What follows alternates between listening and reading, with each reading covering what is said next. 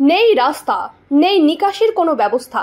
আর এই বেহাল নিকাশির কারণেই জীবন অতিষ্ঠ এলাকাবাসীর।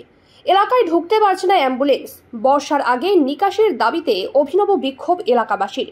মাছের জাল অভিনব প্রতিবাদের সরব হলেন চাচল ১ নং ব্লকের মকদমপুর গ্রাম পঞ্চায়েতের টেংরিয়া পাড়া এলাকার সাধারণ মানুষ। জানা গিয়েছে, বুধবার ১ নাগাড়ির বৃষ্টিতে জলবন্দী গ্রাম। নিকাশি ব্যবস্থা না থাকায় গ্রামের রাস্তায় হাঁটু সমান জল। কার্যত বন্ধ হয়েছে চলাচল। সাবমার্সিলও জলের তলায়। বৃষ্টিতে চরম দুর্ভোগ চাচল ১ নং ব্লকের মকদমপুর অঞ্চলের ট্যাংরিয়া পাড়া গ্রামে।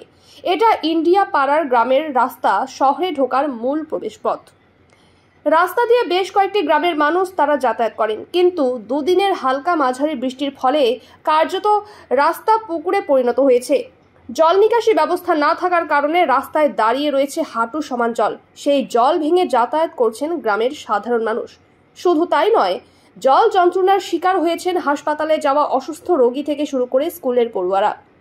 জল ভেঙে রাস্তা দিয়ে যেতে মাঝ রাস্তায় খারাপ হয়ে যাচ্ছে অ্যাম্বুলেন্স। অগত্যা রোগীকে খাটিয়ায় করে নিয়ে যাওয়া হচ্ছে হাসপাতালে।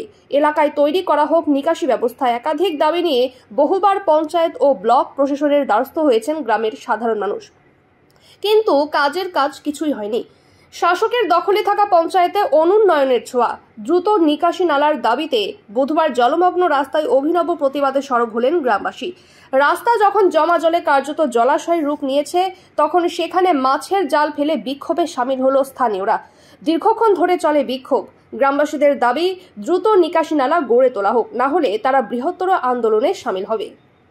জল নিকাশির ব্যবস্থা নেই, ঠিক আছে, বলে আমাদেরকে প্রবল জলের মধ্যে দিয়ে সবসময় হাঁটতে হচ্ছে।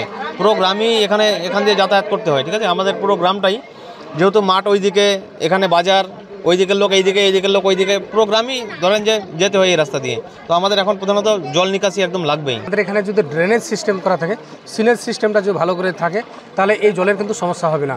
ড্রেনেজ মেন সমস্যা না, মানে এই ড্রেনেজ না থাকার জন্য এই জলটা কিন্তু আটকে আছে।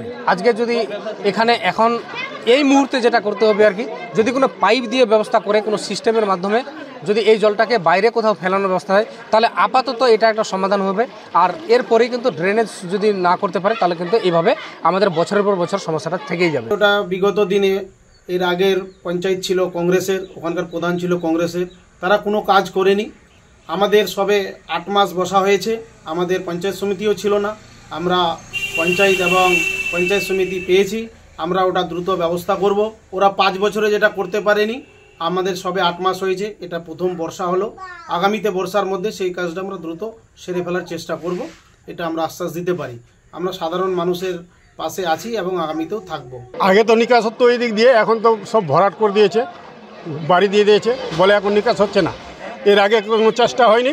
এর আগে কংগ্রেসের পঞ্চায়েত ছিল, ব্লক ছিল কংগ্রেসের, ওরা কিছু কাজ করেনি। এখন টিএমসি শাসকের, তারপরও কাজ হচ্ছে না। এখন বর্তমানে শাসকের আছে, আমরা ওদেরকে বলেছি, কাজ হচ্ছে না। অশোক শাহ আসার আছে, বুলু মাস্টার ও আসার আছে, জেলা পরিষদের বন্দনা ঘোষ ওকেও বলেছি, এবং প্রধান আমাদের রুমা এবং উপপ্রধান আনোয়ার, ওনারাও আসবে, আমাদেরকে কথা দিয়েছে ওনারা আসবে।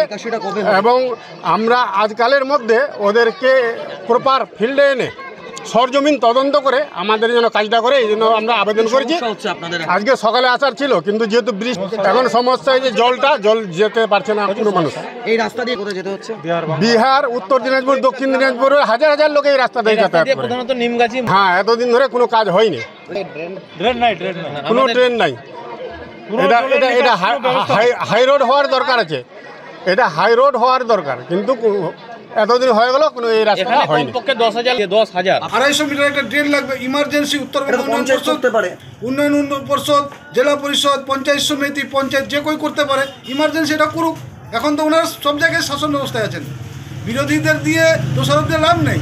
বিরোধীর আমলে তখন এই ঘটনাটা ছিল না, কেউ তখন মাটি ভরেনি, ঠিক ওখানে জল থাকতো না, পরিষ্কার থাকতো। আমরা ওখানে ঢালাই করেছি আমাদের আমলে, সেই জায়গাটাকে পরিষ্কার ছিল।